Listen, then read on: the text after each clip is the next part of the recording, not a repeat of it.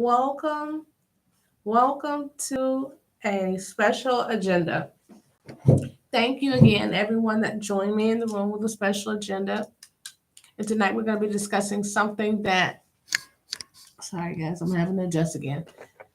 And that's a part of life too, adjusting unexpectedly, but learning how much worse a situation could have been. So learning to be appreciative. When you have different family members that are neurodivergent, or as your life changes and you have the gift of caring for those who once cared for you, being your parents, grandparents, older siblings, it is a privilege to have them around. They should always know it is a privilege to have them around. Sometimes we get busy and sometimes it gets difficult, or I'll say, not as easy as we wanted, not as easy as we hoped for. But our loved ones should always know how much they mean to us, which is not always easy to do. Sometimes we forget that we're not easy. We're not. Sometimes we are dishonest with the level of what things are going to be. It's not always going to be as simple as we've planned in our mind. So our expectations are extremely high, but reality sometimes can be a lot lower than what we planned for, because you can't always control all the different variables in life. You can't.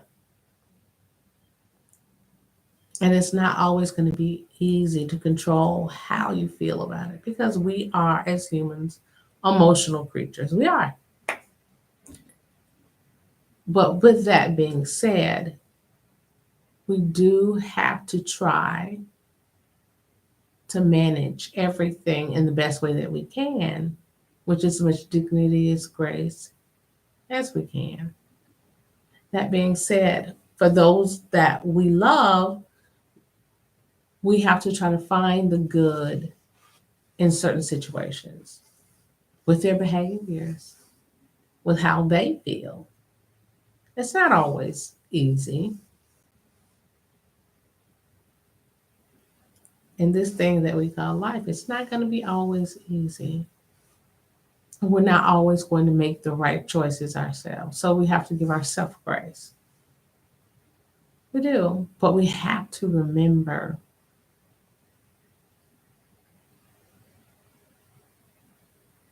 we have to remember that even though things aren't easy and people do things that we wished that they didn't behave like, or they weren't having a hard time, the grace in that is that we have to know that while they're having a hard time, they shouldn't feel like they can't be forgiven for the decisions that they made. But we have to have a backup plan. And in order to see the things that are pleasant in them, to let them know that even in the moments where things were so very hard and they weren't making the best decisions, we have to let them know that we don't always make the best decisions either. We have to remember that they shouldn't feel alone in their personal struggles, because they're not. Sometimes we wish and hope and pray that they saw us also. Some people have a very hard time understanding that a lot of the things that are done, it is not intentional. They cannot control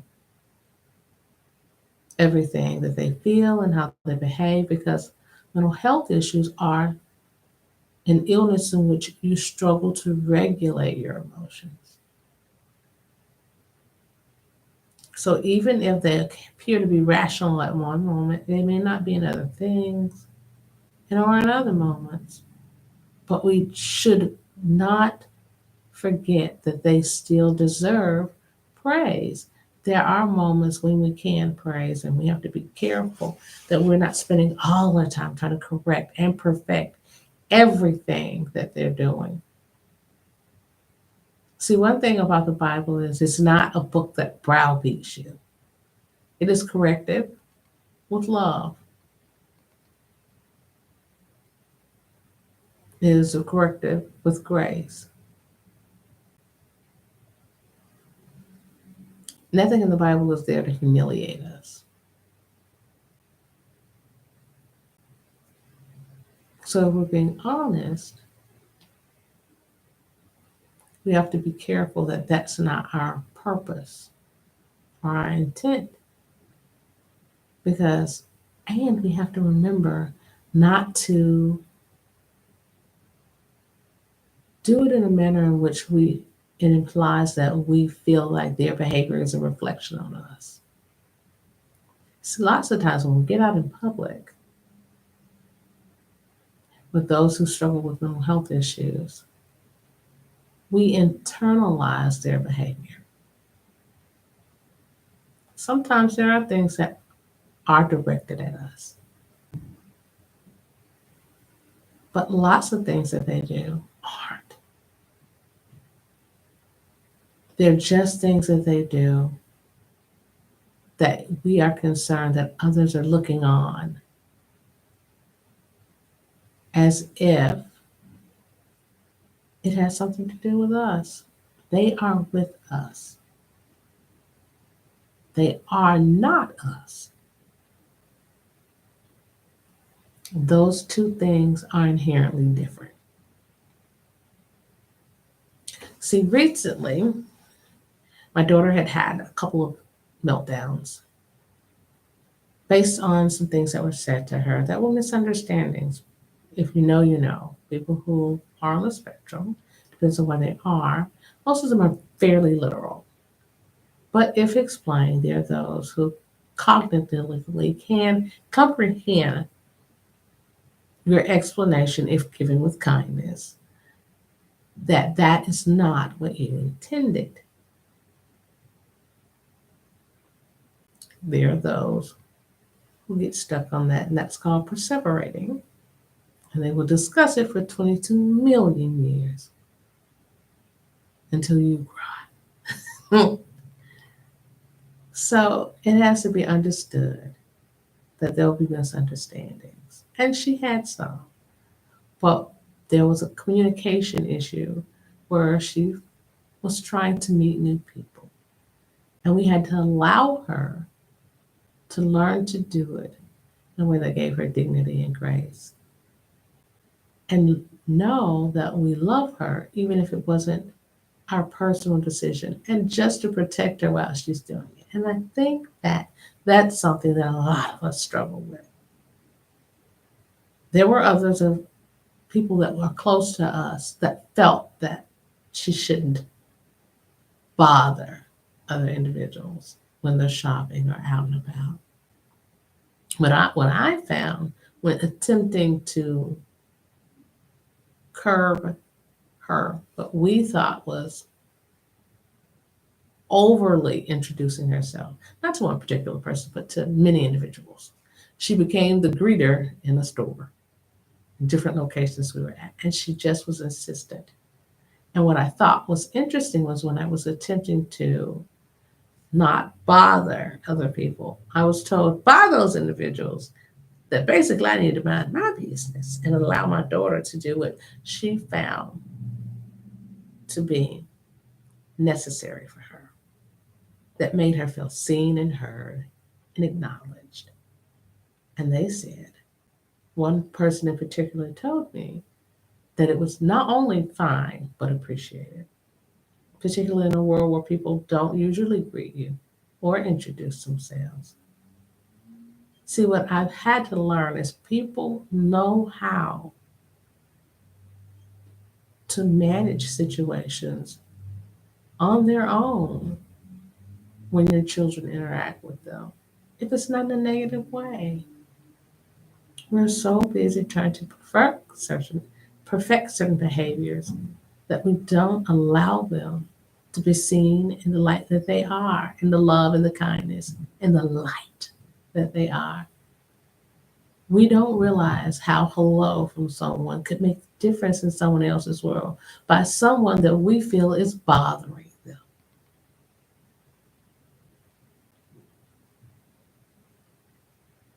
I was told that I was actually being the one that wasn't considerate, and they weren't being rude.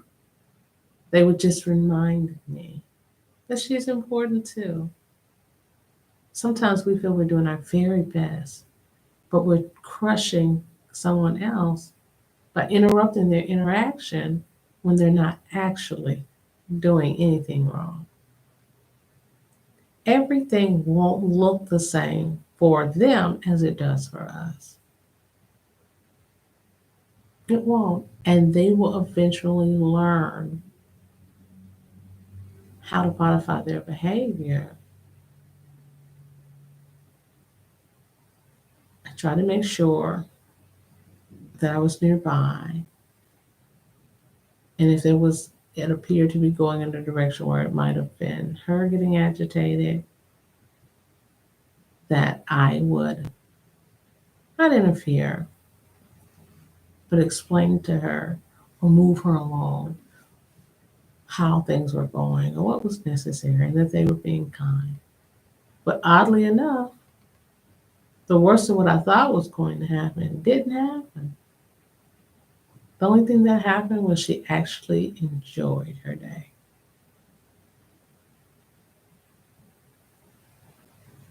We have to remember that they're people too, and that everything about them doesn't need to be managed, and we don't need to make them feel as they need to be less seen.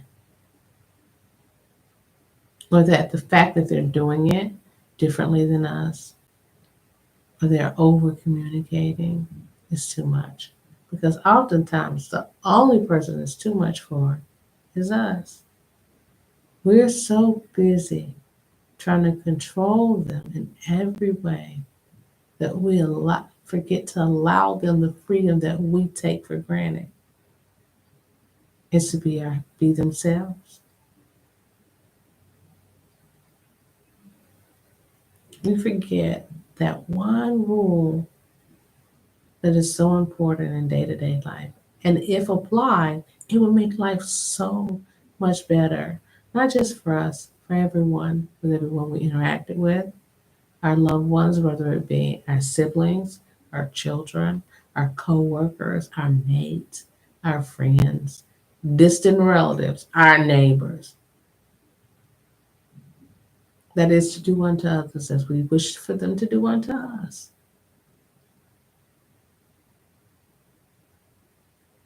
Our Heavenly Father always gives us communication in the form of love. It's always a redirection, but it is correction with love. It's never overly critical. That's why the Bible gives. There are some laws, but they're mostly standards and principles, and nothing is given with the intent of harming us, not to crush our spirit, not to make us feel bad about ourselves, never to make us feel less than. It's not done in a manner in which to make us feel less appreciated. It's not done in a manner to make us feel ashamed. None of those things are done through the Bible. It's done by the way humans interact with each other. And we forget that the way we wish to be treated, which are standards set in the Bible, is not the way that we often treat each other. We're so busy trying to control every single microscopic thing about the way people interact and their characteristics or things that we associate with their character, which are actually just imperfections and misunderstandings, that we forget to give the kindness and look for the good things that God asks us to do towards each other. What would help us every day is if we take the time to take the vitamin that is prescribed for us, which is vitamin B. Take lots of it, the Bible. Take a lot of it. Read it daily so that we can share with each other, so we can be mindful, so that we can be patient, so that we can be considerate, so that we can use the fruitages of the Spirit that the Bible asks us to use, so that we can show each other how important we are. Y'all have a great night. Be as kind as you can. Be as kind as you wish to receive, even if you don't feel that the person understands, sees you, or is capable of giving you what you feel that you deserve to receive. Because kindness and love is a choice. Y'all have a great night. Thanks again for joining me. I hope this was beneficial. Share it with as many people as you feel could use it. Have a great night.